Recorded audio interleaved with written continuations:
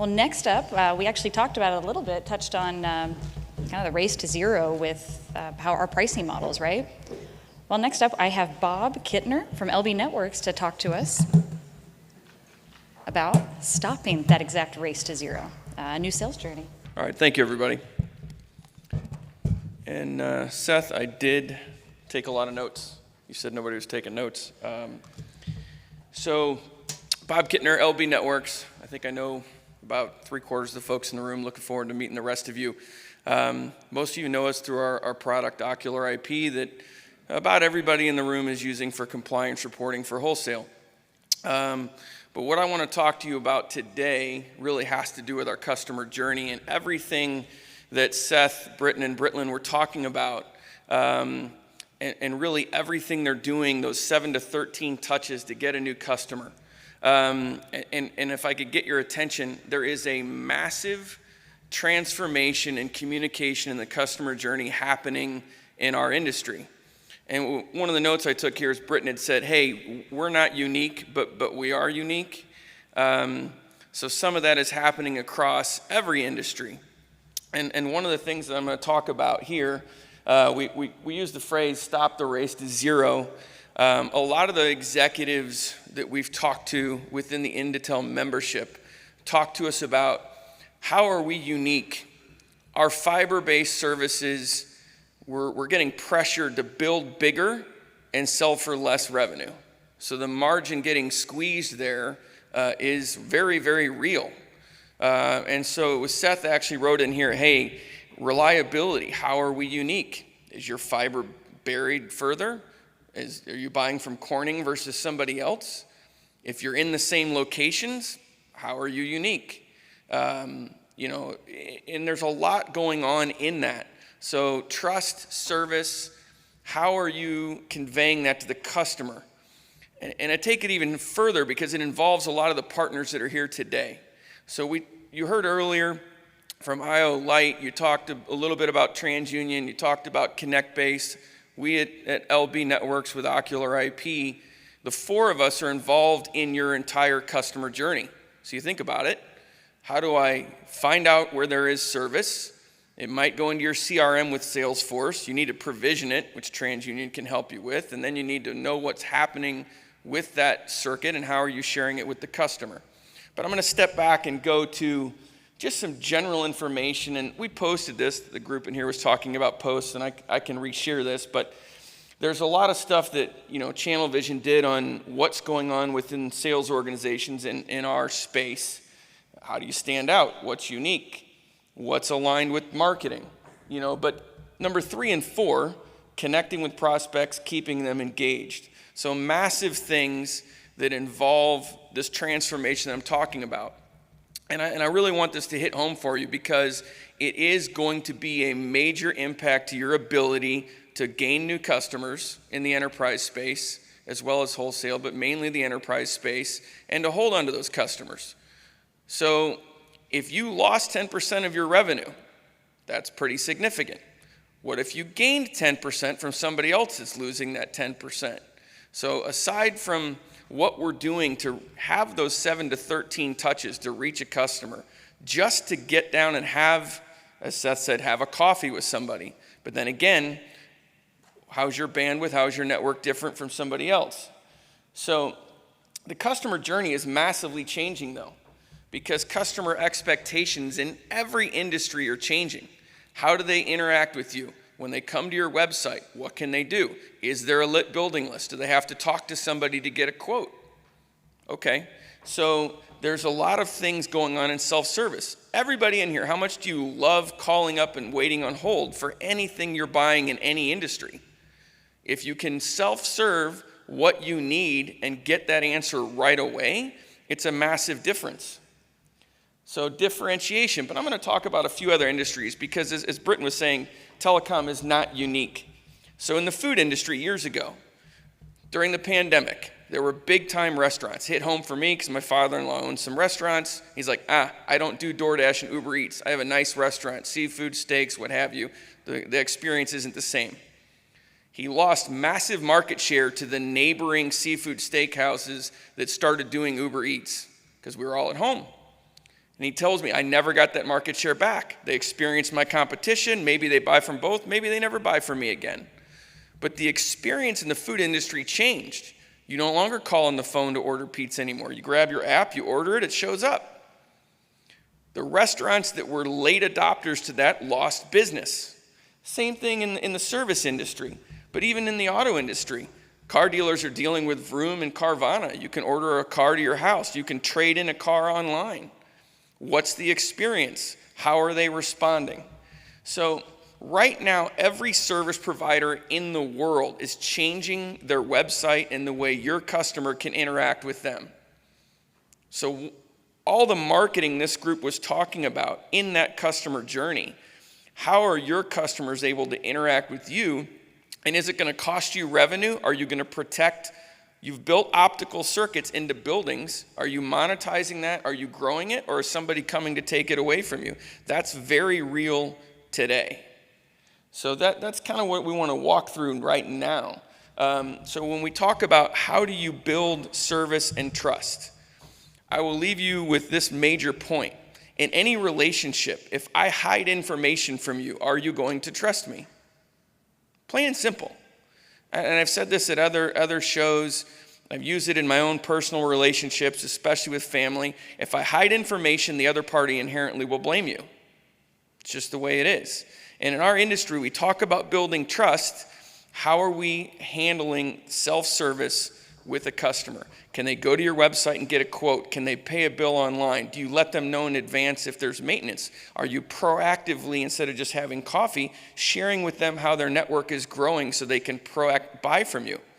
If the only time a customer hears from your organization is when there's an outage or when they need to renew the contract, have you built trust? How are you differentiating yourself?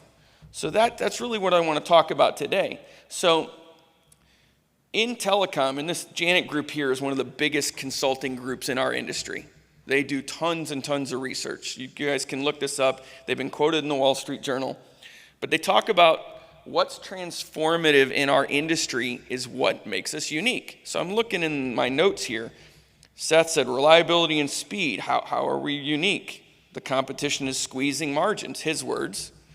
Flows right into what I want to talk to you guys about. So Britton said, how do I build trust? I advertise that I have trust. Once they buy from you, what is that experience going forward? You know, everything we talked about at the last major industry show in Miami, I think, Ben, you may have talked about it last time when you were here.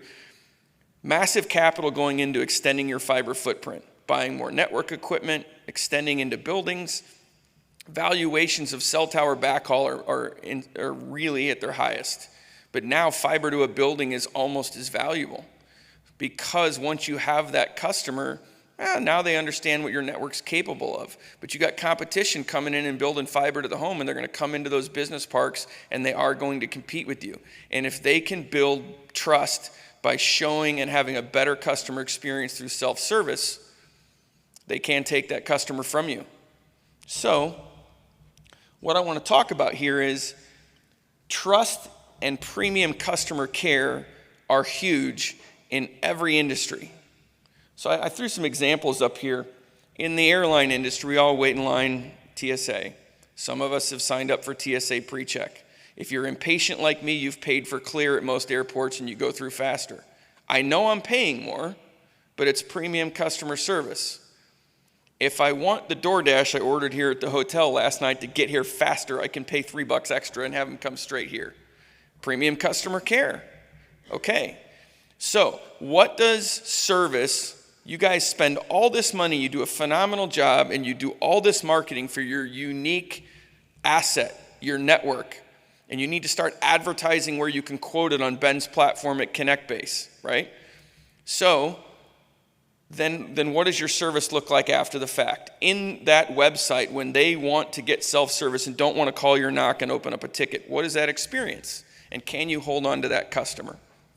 So, it's everywhere. We talk about apps. Nobody likes ads in their apps. Can I pay extra to get rid of the ads?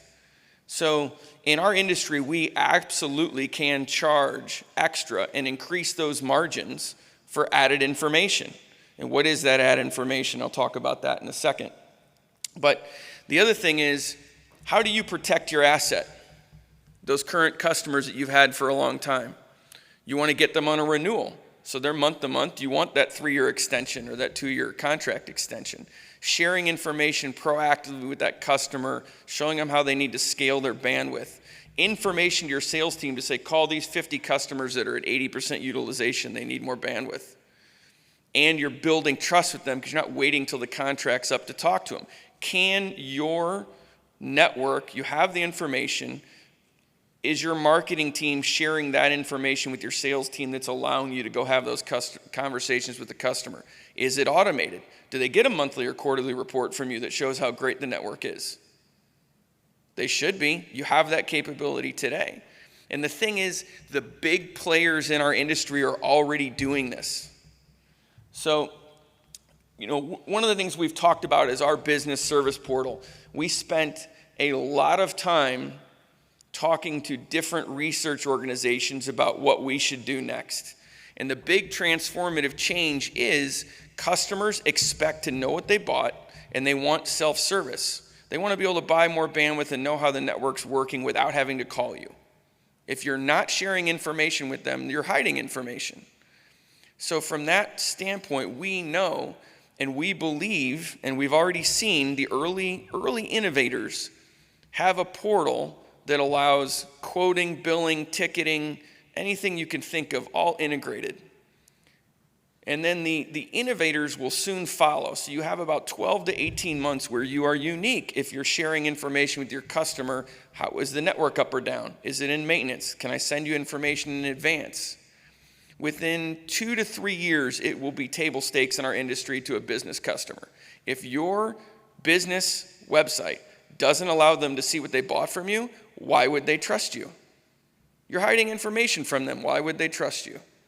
So plain and simple, if you're not getting there now, your competition who's overbuilding you is going to be doing this. Many of them already are.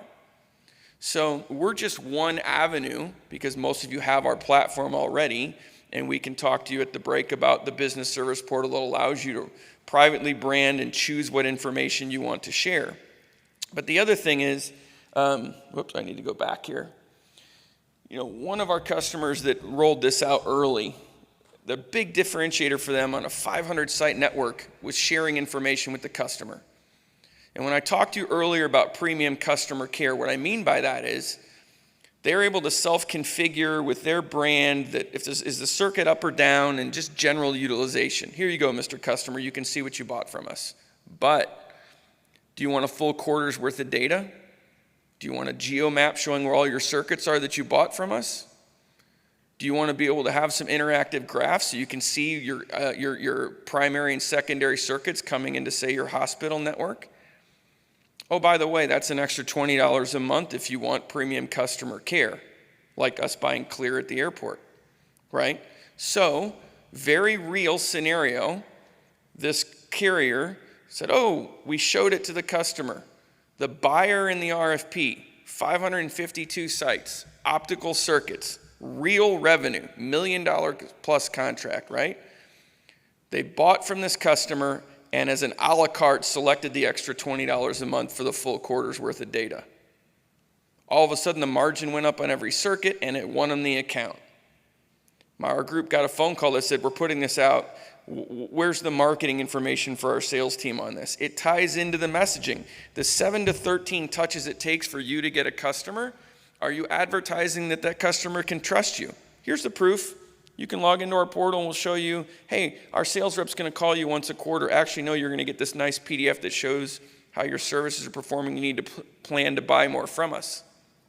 So what I'm telling you right now is we know as a company, either we're going to help you get there or you're going to have your big competition who've spent millions on what their communication is with their customer and what that looks like. And we didn't invent this. I mean, one of our earliest customers that did this is over in the UK, and they started their website allowed to get a quote online, lit building list, buy services, provision it, see how it's performing, even click if you want more bandwidth, all automated, and they use us for this service assurance piece. So naturally, we took that and said, okay, is this where the industry's headed? So we don't want you, our friends in the industry, to be that restaurant that just ignored Uber Eats and DoorDash and lost market share. So your customers expect self-service, just like the car dealership where you used to have to call service to take your car in. Now you go to their website and schedule 11 a.m. Thursday, I need an oil change, need tires rotated, whatever, boom, done, drop my keys, don't talk to anybody. Dealership down the road that doesn't do that, nobody wants to buy from them now. So the customer experience, when I said at the beginning of this, you're in the middle of a massive transformation. And what Britton said, hey, we're unique, but we're not unique. We're all unique that we understand telecom. But everybody in the world wants everything on demand the way they want it without having to talk to anybody. And they want to be able to trust you. And if you don't get on board with that, you're the one that's going to be sitting here, the late adopter that's lost market share to the overbuilder that came in and offered all of your business customers, here's what you get when you buy from us. So that's very real. And the good news is it's still early. We are having carriers every day turn up our business services portal. You could probably ask CNI, our hosts, about it because we just went live, helping them with it as well. And many of you in the room have said, yeah, Bob, we've already talked to you about this. We're having that conversation. So that's really what I wanted to share today in terms of our research that helped us build, the new application that adds on to Ocular IP that most of you already use.